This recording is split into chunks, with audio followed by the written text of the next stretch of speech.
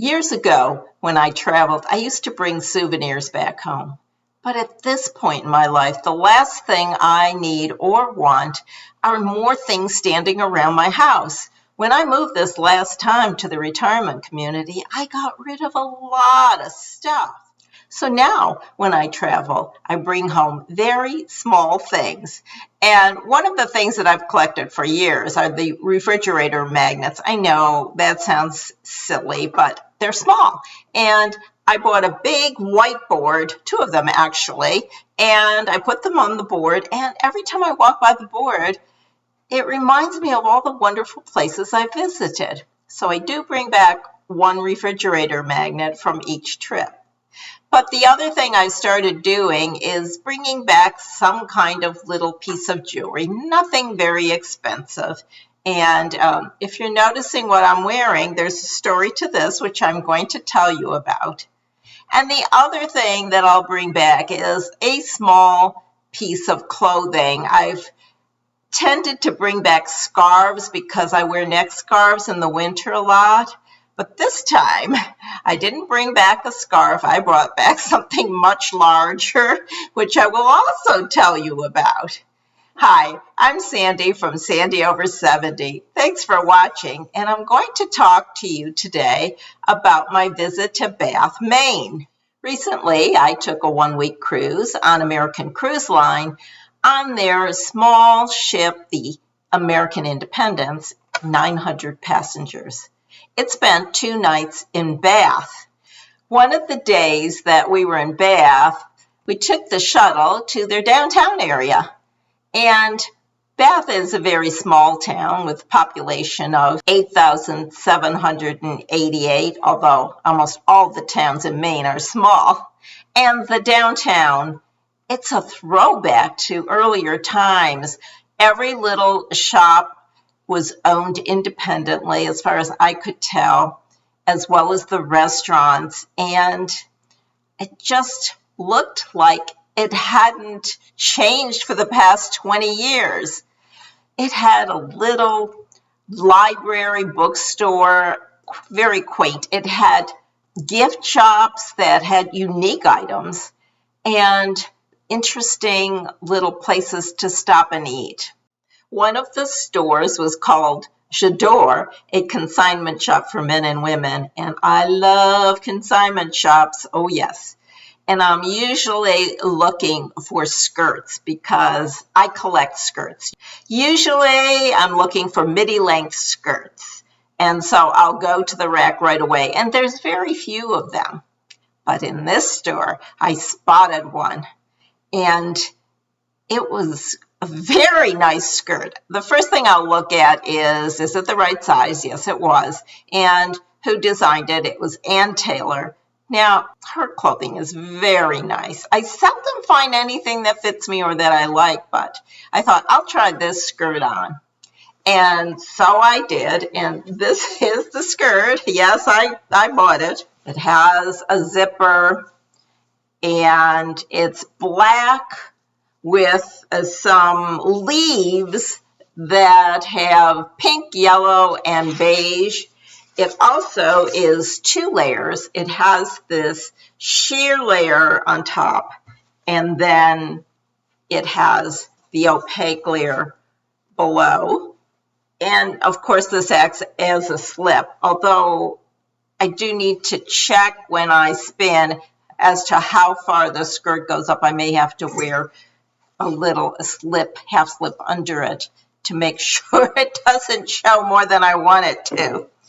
So this skirt was, I believe, $12.99, and you can imagine what it was full price.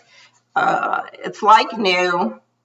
I noticed that it said dry clean only, and so I almost didn't take it. And then when I got it home, I thought, should I risk washing it? Because many times if you carefully hand wash something that's dry clean only, it turns out just fine. And I debated, but I finally took it to the dry cleaners. I've never done that before, I don't think, with any of my consignment clothing, because the whole idea is you want to get it at a low price. But It was $10 to get it cleaned, and it was about $13 to buy the skirt. So for $23, I have an Ann Taylor skirt. It fits me perfectly. I haven't worn it out yet to dance in, and I'm eagerly looking forward to that. So I feel like I had a prize. I won a prize. I love it when I find something that I really like and I can take it home. It folded up nicely in my suitcase, and it's a great remembrance. Every time I put it on, I'll think of Maine. I'll think of Bath, Maine. So then we went down the street to another store. It was a gift shop.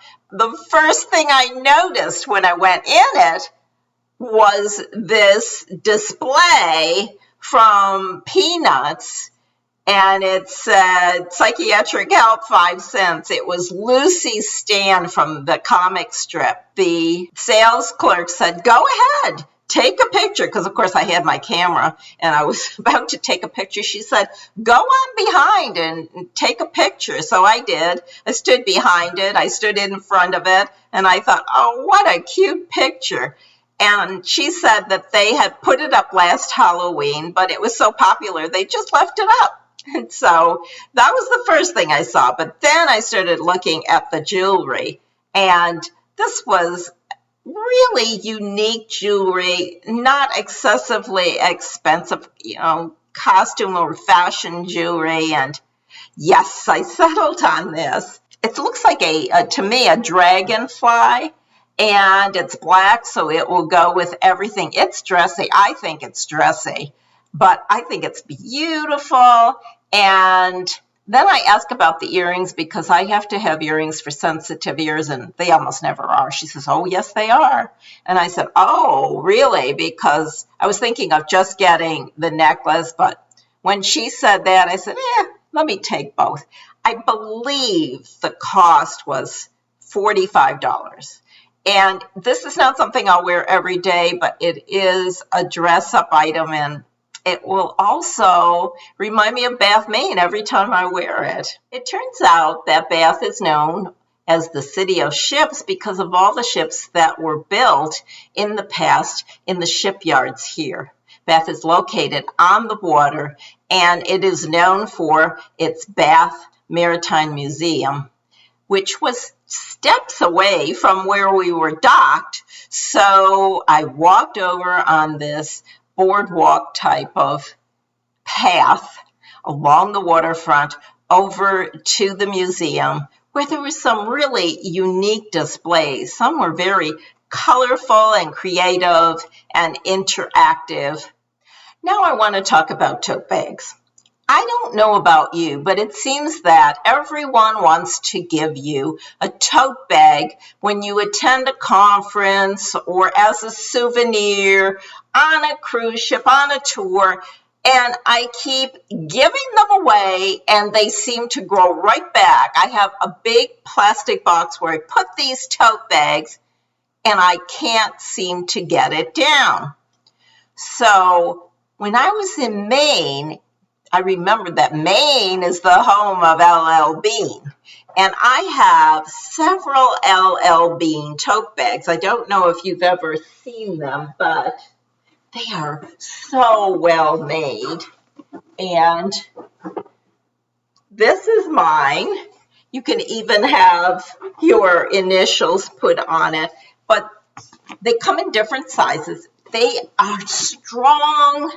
And when I need a tote bag, I always grab one of the LL Bean ones.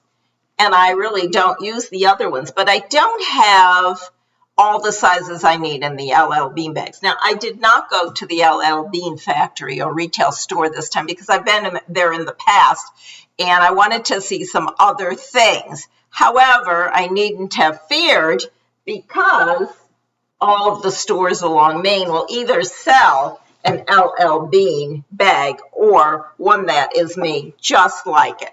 So what I did is I bought first this one, which is like an intermediate. It's pretty much the size of the one I just showed you. And you can see I got this one in Camden.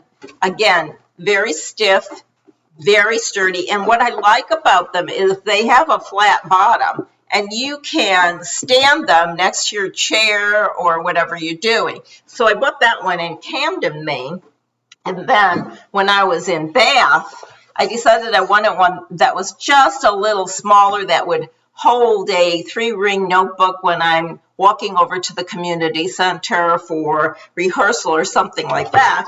And I got this one in Bath. And again, it has the flat bottom, the great sturdy straps, and they're beautiful. So I also bought this in Bath. So I really did quite a bit of shopping in Bath. So my intention was, and still is, to get rid of all of the cheaper bags that are given to me as a free gift or whatever, and just keep the 4 or 5 Maine bags to use. I haven't actually gotten around to that yet, but I do intend to do that. Are you familiar with the LL Bean bags? Also, Land's End makes some really nice bags also. So that's the story of my visit to Bath, Maine. I hope you enjoyed it. And if you get a chance to visit the coast of Maine in the summertime, it's a great place to go. Thanks for watching. Have a great day.